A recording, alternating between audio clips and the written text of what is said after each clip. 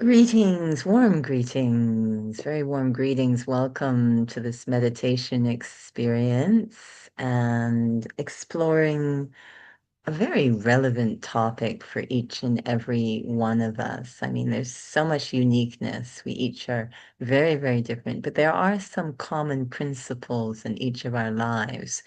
And one of those is that each and every one of us is straddling two worlds, our inside world and our outside world. Sometimes I hear people say, "Oh, I can't believe my inside voice came out." So we're very aware that we have an inside world and an outside world. What we may not have completely clear is which is running which is the more powerful of the two. And that becomes very obvious when we place two different people in the same situation and they have two different experiences. We hear this by witness testimony. I don't know about you, but I've been in situations where I have some event and someone's accompanying me. The two of us go to this particular event, a show, whatever it might be. And then later on, we're describing to a third person what we went to, and I'm looking at the other person wondering where they were because what they're describing is completely different from what I was experiencing. So the wonder that we can, in the face of the same stimuli from the outside world, we can have a very different experience between two people.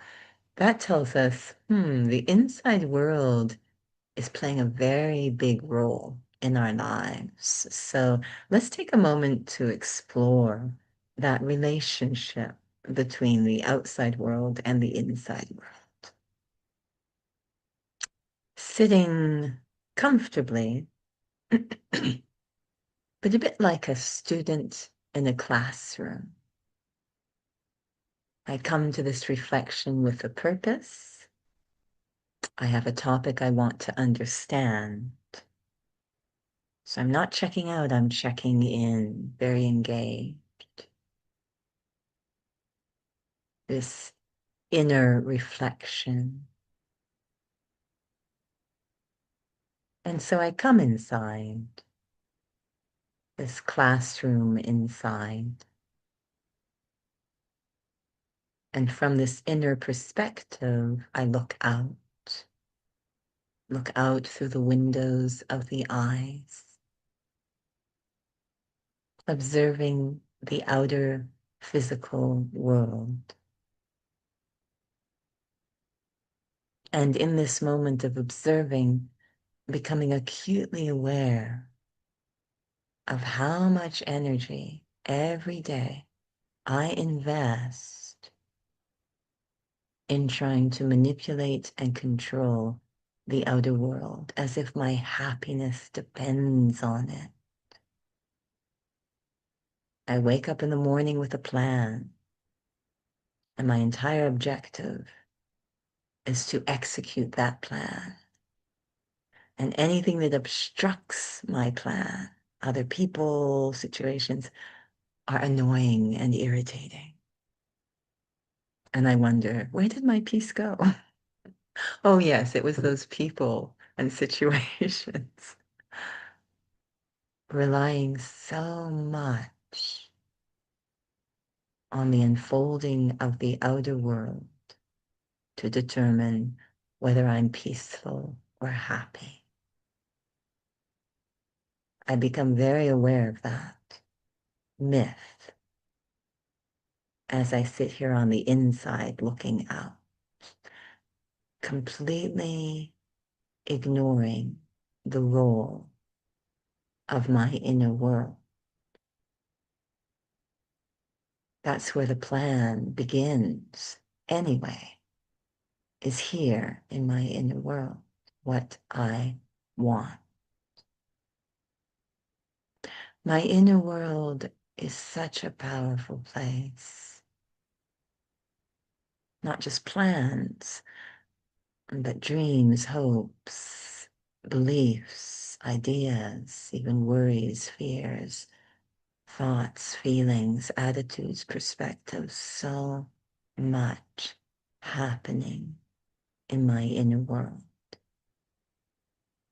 So many lenses through which I experience.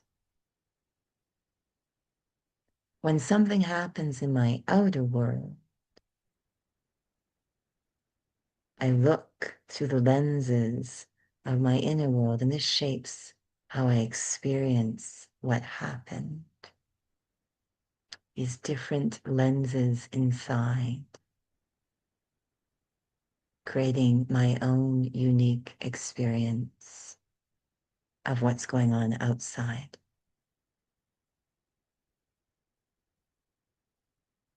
So it seems it would make sense to invest at least some time, not just on the outer world, trying to control and manipulate that, but invest some of my time in understanding my inner world and making it a space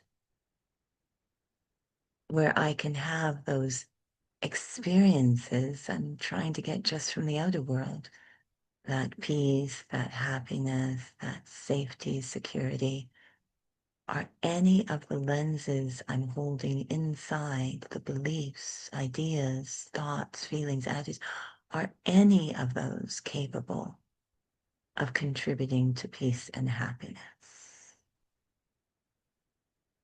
Do I even know what material there is in my inner world that's shaping how I experience the outer world? I reflect on the most basic, the most powerful lens or filter inside: my sense of self, self-identity.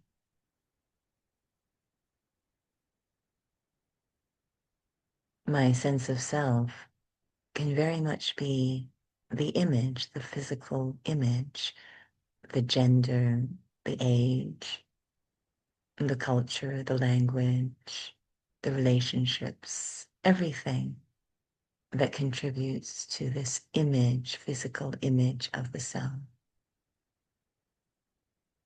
And then one very small event, perhaps noticing a gray hair on my head, can lead to such a devastating experience, because I think I am this body. It's just a single gray hair can occupy me for the entire day. I try to control that gray hair. I start to research, where can I get a really good hair color to remove that gray hair? The whole day is spent researching that, because a single stimuli has created such a devastating experience. What if I realize I'm not this body? I'm actually eternal. There's not going to be just one gray hair. There's going to be many of them. Once the first one shows up, many will follow. But it doesn't matter. There's so much more to me than the color of the hair or the age of the body.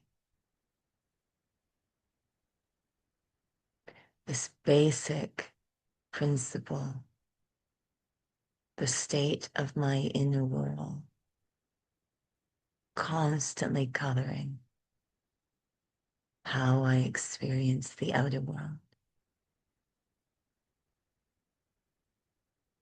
Focusing on that foundation, the identity of self.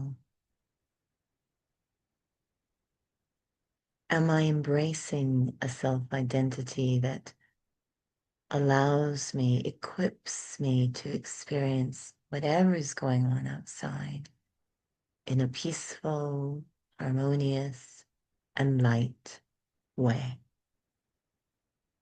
Things will always happen around me, most of them out of my control. Other people will say things, situations will emerge, but can all seem to threaten my identity if it's based on the physical. But if I understand I am a soul and everything I need resides within me, no longer dependent on the outer world for personal dignity, self-respect, contentment, safety, and security, that all resides within me as a soul. Then it doesn't matter what things are unfolding outside, how the world is changing around me. I have the inner resources in my inner world through my self-identity to remain peaceful, harmonious, content. I might even be able to support others in remaining peaceful, harmonious, and content.